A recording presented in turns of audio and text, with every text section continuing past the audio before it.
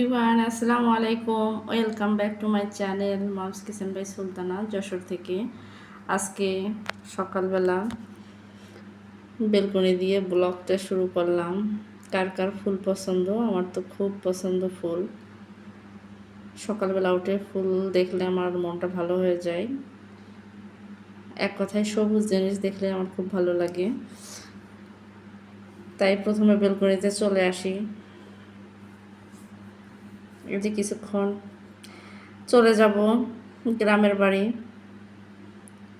থাম্বনেলের title দেখে বুঝতেই পারছেন আজকে কে নিয়ে আলোচনা করব। আমার ফেব্রুয়ারি মাসের 9 তারিখে চ্যানেল মনিটাইজেশন হয়েছে আলহামদুলিল্লাহ। এই ইউটিউবে এসে অনেক কষ্ট করেছি, কষ্ট করে আজ এ পর্যন্ত এসেছি।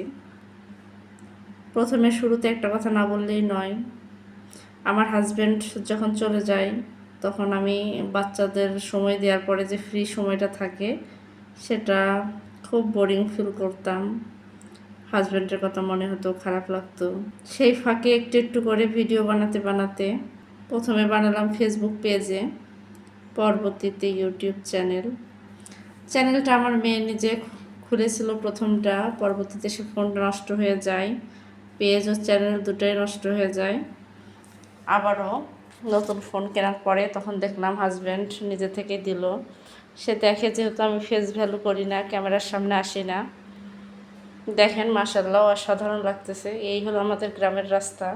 এখনও জায়গা মতো পৌঁছাই নাই, কিন্তু মাঠের পর মাঠ, চারদিকে সবুজ আর সবুজ, প্রাকৃতিক কী দৃশ্য! খুব ভালো লাগে এরকম পরিবেশে যখন আসি। তারপরে এই তো সে নিজের থেকে আমাকে আবারও পেজ ও চ্যানেল দুটোই খুলে দিল। কিন্তু কাজ করব কিভাবে? কোনো রকম এডিটিং বড় মেয়ে শিখাইছে, সেরকম করে এডিট করি, কিন্তু একদমই এডিটিংয়ে খারাপ, ভালো না। এসিও করতে পারি না। পরে কি করব? মনে হচ্ছে কিছু একটা করতে নামছি, তাহলে করতেই হবে। টাকা খরচ করে আবারও এডিটিং শেখার কোর্সে ভর্তি হয়ে গেলাম। সেখানে খরচ করলাম 4,000। বাট কি শিখলাম? ঘুরে ফিরে এই তো সাধারণ এডিটিং যা সবাই করে আর কি। তো সব কিছুর পরেও যা শিখছি তাই আলহামদুলিল্লাহ মোটামুটিভাবে এডিটিং করতে পারতেছি, কাজ করতেছি। আস্তে আস্তে খুব বিজি হয়ে গেলাম। আমাদের যশোর জেলায় এটাকে বৈরা বলা হয়, গোবর দিয়ে বানানো হয় সাধারণত, আর বাবার বাড়িতে গোবরের লাঠি বলে। আপনারা কে কে চেনেন এটা অবশ্যই কমেন্টে জানাবেন। আগে তার ফোনের আশায় বসে থাকতাম, এখন সে আমার ফোনের আশায় বসে থাকে। তারপরও সে বেচারা রাগ করে না, কিছু বলে না। মেয়েদেরকেও দেখি আগের থেকে আমার কাছ থেকে দূর হয়ে গেছে। আগে আমি খুব যত্ন সহকারে অনেক সময় নিয়ে খাওয়াইতাম, এখন খুব ব্যস্ত ব্যস্ত সব কিছুর পিছনে। আস্তে আস্তে ইউটিউবের পিছনে এত ছুটলাম। তার আগে একটা কথা বলে নিই, এই হলো আমাদের গ্রামের রাস্তা। এই যে দেখতে পাচ্ছেন উঠানটা লেপা হয়েছে গোবর ও পানি দিয়ে। যখন ধান কাটা হয় তখন এভাবেই সবাই উঠান লেপে ধান নিয়ে আসার জন্য। যাই হোক, আবারও চলে আসি আমার সেই ইউটিউবের আর্নিং, আমার নতুন জায়গা, সব কিছু। এই তো শুরু হলো, এরকম কাজ করতেছি, এত কষ্ট, সবার থেকে দূরত্ব, আত্মীয় স্বজনকে ঠিকমতো ফোন করতে পারি না, তারা ফোন করলে ধরতে পারি না। আবার কি বলবো, সবার সাথে যেন দূরত্ব চলে আসলো। ইউটিউবের এমন একটা নেশা, আসলে দাজ্জালের আগমন হয়ে গেছে, এটাই হলো সবথেকে বড় প্রমাণ, যেটা আমার কাছে মনে হয়। যে আমরা ইউটিউবে একটা শর্টস বানাতে গেলেও অনেকগুলো শর্টস দেখে তারপরে সিলেক্ট করে একটা শর্টস আপলোড করি মিউজিকের জন্য। যেহেতু আমরা ইউটিউবের ইউজ দিস সাউন্ড ব্যবহার করি, এটা ব্যবহার করতে গেলে অবশ্যই কিছু না কিছু শর্টস ভিডিও তো দেখতেই হয়।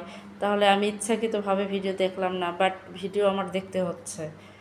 তাহলে কি হলো? সেই ফিতনার মধ্যে তো পড়ে গেলাম, দাজ্জালের ফিতনা। তারপর আবার লং ভিডিও ভাবছিলাম যে চ্যানেল মনি হবে, ভিডিও বানাবো, এডিট করব, আপলোড করব, বাস এই পর্যন্তই আমার কাজ শেষ। এখন দেখি সে ভিডিও আবার নিজেদেরকেই দেখতে হয়। আমি আরেকজনেরটা না দেখলে আমারটা আরেকজন দেখবে না। তাহলে ঘুরে ফিরে কী হলো? বসে বসে সারাদিন ভিডিও দেখতে হলো। এতে করে নামাজ কালাম আল্লাহ সব কিছু দূরে চলে যায়। এই হলো আমার সেই জায়গা, যেটা আমি ইউটিউবের আর্নিং থেকে কিনেছি বলছি। এই জায়গায় মাটি ফেলেছি 30,000 টাকার মতো। এখানে 15% জায়গা আছে, অর্ধেক আমার দেবরের, অর্ধেক আমাদের। আসলে কি বলবো, পুরো ভিডিওটা দেখতে থাকুন, জানতে পারবেন যে আসলে ইউটিউবের আর্নিংটা কতটা সোজা আর কতটা সহজ। যারা ফেস ভ্যালু করে, নাচ গান ইত্যাদি ইত্যাদি করতে পারে, তাদের জন্য আর্নিংটা একদমই সোজা। আর যারা এসব পারে না, তাদের জন্য খুব কঠিন একটা জিনিস। তবে আমার শখ ছিল যে ইউটিউবে কিছু না কিছু করব, চ্যানেলটা অন্ততপক্ষে মনিত করব। যাই হোক, মনি হয়েছে। এখন $10 করতে আমার যা অবস্থা, ফেব্রুয়ারির 9 তারিখে মনি হয়েছে, এটা মে মাস, অলরেডি 4 মাস হয়ে গেছে, কিন্তু আর্নিংয়ের অবস্থা মাত্র $2। তা এখনও $10 হতে আমার তাহলে কত মাস লাগতে পারে? তারপর $10 হয়ে গেলে আবারও কি করতে হবে? গুগল অ্যাডসেন্সের লেটারের অপেক্ষা করতে হবে। সেটা পাওয়ার পর আবারও কি করতে হবে? $100 কমপ্লিট করতে হবে, তারপরে প্রথম পেমেন্ট। তাহলে এটা কত বড় কথা! আমি ভাবতে অবাক লাগে যে আর্নিং যতটা সোজা মানুষে বলে ইউটিউব থেকে, আসলে অতটা সোজা না। অত সহজেই যদি আর্নিং করা যেত, তাহলে প্রতিটা ঘরে ঘরেই সবাই ইউটিউব থেকে আর্নিং করতো। হয়তো বা আগে এটা সহজ ছিল, কিন্তু এখন আর নাই। এখন অতটাই কঠিন হয়ে গেছে। একটা ভিডিওতে 1 সেন্ট 2 সেন্ট এরকম একটা আর্নিং দেখে মাঝে মাঝে হাজব্যান্ড জিজ্ঞেস করে, ব্যাপার কি, ইউটিউবার আর্নিংয়ের অবস্থা কি, কত $100 হয়েছে?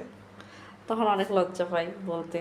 যাই হোক, হাজব্যান্ড আমার সাথে দুষ্টুমি করে, কিছু বলে না। আসলে ছেড়েও দিতে পারতেছি না, আর একদম মাঝপথে এসে ছেড়ে দেবো এটা ভালো লাগতেছে না। ভাবি যে গুগল অ্যাডসেন্স লেটারটা পাই, তারপরে যখন মন চাইবে মাঝে মধ্যে ভিডিও দেব। একটা ভিডিও যদি ভাইরাল হয়, তাহলে কপাল ভালো হলে, ভাইরাল হলে তাহলে সাকসেস আসে, কিন্তু এটা সবার ক্ষেত্রে না, সেটার জন্য ভাগ্যে থাকা লাগে। ইউটিউবে আসার পরে দেখলাম যে শুধু স্বামী সন্তান ফ্যামিলি রিলেটিভদের সাথে সম্পর্ক নষ্ট না,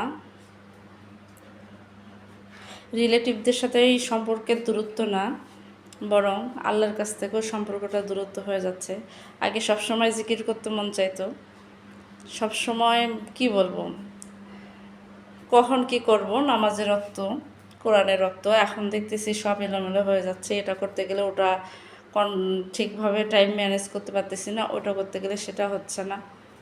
সব কিছু মিলিয়ে দেখলাম যে আসলে আল্লাহর কাছ থেকে দূরে নিয়ে যাওয়ার জন্য যদি কোনো মাধ্যম থাকে, সেটাই হচ্ছে এই ইউটিউব প্ল্যাটফর্ম।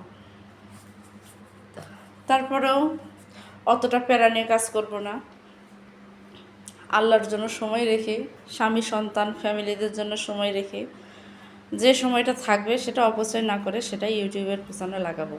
যারা নতুন ইউটিউবে আসতে চায়, তাদের উদ্দেশ্যে একটা কথাই বলবো, টাকা খরচ করে ইউটিউবিং করার কোনো দরকার নেই। বিনা টাকায় যদি করতে পারেন তাহলে অবশ্যই করেন, সমস্যা নেই, কিন্তু ইউটিউবের পিছনে কখনো টাকা নষ্ট করবেন না। আমি জীবনে যে ভুলগুলো করছি, আমি কখনোই চাইবো না সে ভুলগুলো আর কেউ করুক। ইউটিউবে আসার পরে এমনও সময়গুলো চলে গেছে, মধুর সময়গুলো, সেগুলো হয়তো আমি আর ফিরে পাবো না, কিন্তু তারপরেও অনেক আপুদের পেয়েছি ইউটিউবে এসে, না আসলে হয়তো বা তাদের সাথে পরিচয় হতো না। তারা অনেক ভালো সময় কেটেছে তাদের সাথে, যদিও তাদের সাথে সাক্ষাতে কখনো দেখা হয় নাই, মোবাইলেই কথা হয়েছে, কিন্তু তারপরেও কথা বলে বোঝা যায় কোন মানুষটা কেমন। তাই যে ভালো স্মৃতিগুলো, এগুলো হয়তো বা ইউটিউবে আসছি বলে পেয়েছি। আর এই যে আরও যেগুলো বলছি, এগুলো আসলে কি বলবো, এটা বাস্তব অভিজ্ঞতার কথা, অভিজ্ঞতাগুলোই শেয়ার করলাম আজকে আমি। আর ওই যে জায়গাটা যেটা আমি দেখালাম, ওটা হচ্ছে আমার শ্বশুরের পৈতৃক ভিটা।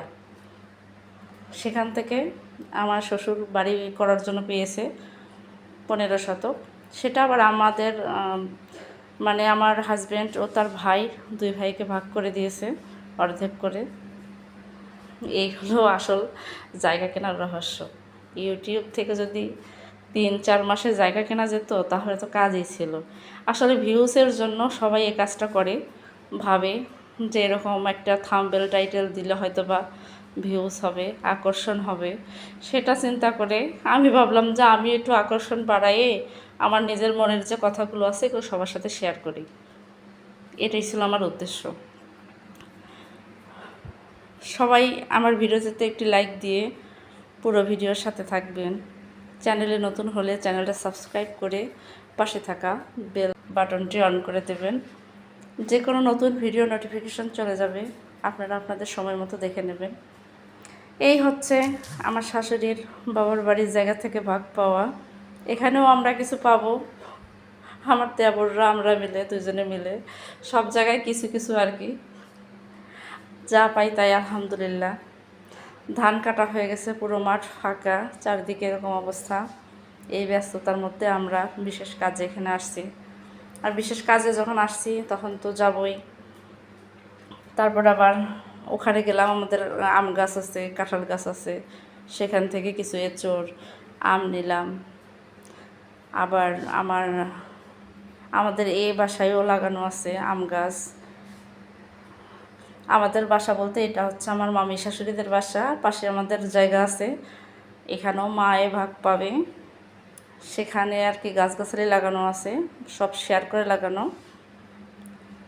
এখান থেকে কিছু আম নেবে মেয়ে। এই তো সব কিছু শেষে খাওয়া দাওয়া শেষ করে চলে যাচ্ছি বাসার দিকে। সেই সকালে আসছি, যেতে যেতে সন্ধ্যা হয়ে যাচ্ছে। আমাদের যশোর জেলা মানে রসে গুড়ে ভরপুর। খেজুর গাছ দেখেই বুঝতে পারতেছেন সবাই। খেজুর গাছ দেখে প্রথমবার আমিও ভেবেছিলাম যে এটাই মনে হয় যশোর জেলা। খুব খেজুর গাছ ট্রেন থেকে দেখতে পাচ্ছিলাম। প্রথমবার যখন আসি তখন ট্রেনে এসেছিলাম। পরবর্তীতে দেখলাম যে, যেহেতু শুনেছিলাম যে রসে গুড়ে বিখ্যাত, তখনই বুঝেছিলাম যে নিশ্চয়ই তার খেজুর গাছ থাকবে। প্র্যাকটিক্যালিও এখানে আসার পরে তাই দেখলাম, চারদিকটা একবারে সন্ধ্যা হয়ে গেছে। আমার ভিডিওটি যদি ভালো লেগে থাকে প্রিয় দর্শক, শেয়ার করে পাশে থাকবেন। আর যদি বেশি ভালো লাগে অবশ্যই আমার কমেন্ট বক্সে আপনার মূল্যবান মন্তব্যটি জানিয়ে যাবেন। প্রিয় দর্শক, আমার ভয়েসের ভুল ত্রুটি আর আমার ইউটিউবের অভিজ্ঞতা যদি আপনাদের কাছে কোনো রকম খারাপ লেগে থাকে তার জন্য আন্তরিকভাবে দুঃখিত। এই তো বাড়ি থেকে এই এঁচড় আমার চাচি শাশুড়ি কেটে দিয়েছিল, নিয়ে এসেছি। আর সাথে কিছু আম নিয়ে এসেছি, সুন্দর করে কেটে দিয়েছে আমার চাচি শাশুড়ি। আসলে আমাকে সবাই কিন্তু অনেক ভালোবাসে, সেটা আমার শাশুড়ির ফ্যামিলি থেকে হোক আর আমার শ্বশুরের ফ্যামিলি থেকেই হোক। ভালোবাসাটা আসলে অর্জন করে নিতে হয়, ভালোবাসা দিয়ে ভালোবাসাটা নিতে হয়। আপনি যদি কাউকে না ভালোবাসতে পারেন কেউই আপনাকে ভালোবাসবে না, এটি হলো সবথেকে মেন কথা। তা যাই হোক, এই যে আম কাঁঠাল এসব নিয়ে এসেছি। আমার ভিডিওটি কার কার ভালো লেগেছে জানাতে ভুলবেন না। আবারও নতুন ভিডিওর সাথে দেখা হবে। আমার যা মনের কথা ছিল নতুন ইউটিউবার ভাইয়া আপুদের জন্য সেটা শেয়ার করে দিলাম। আপনাদের কেমন লাগলো জানি না, সব আমার মনের কথা ছিল। আজকের মতো এখানেই বিদায় নিচ্ছি। আল্লাহ হাফেজ।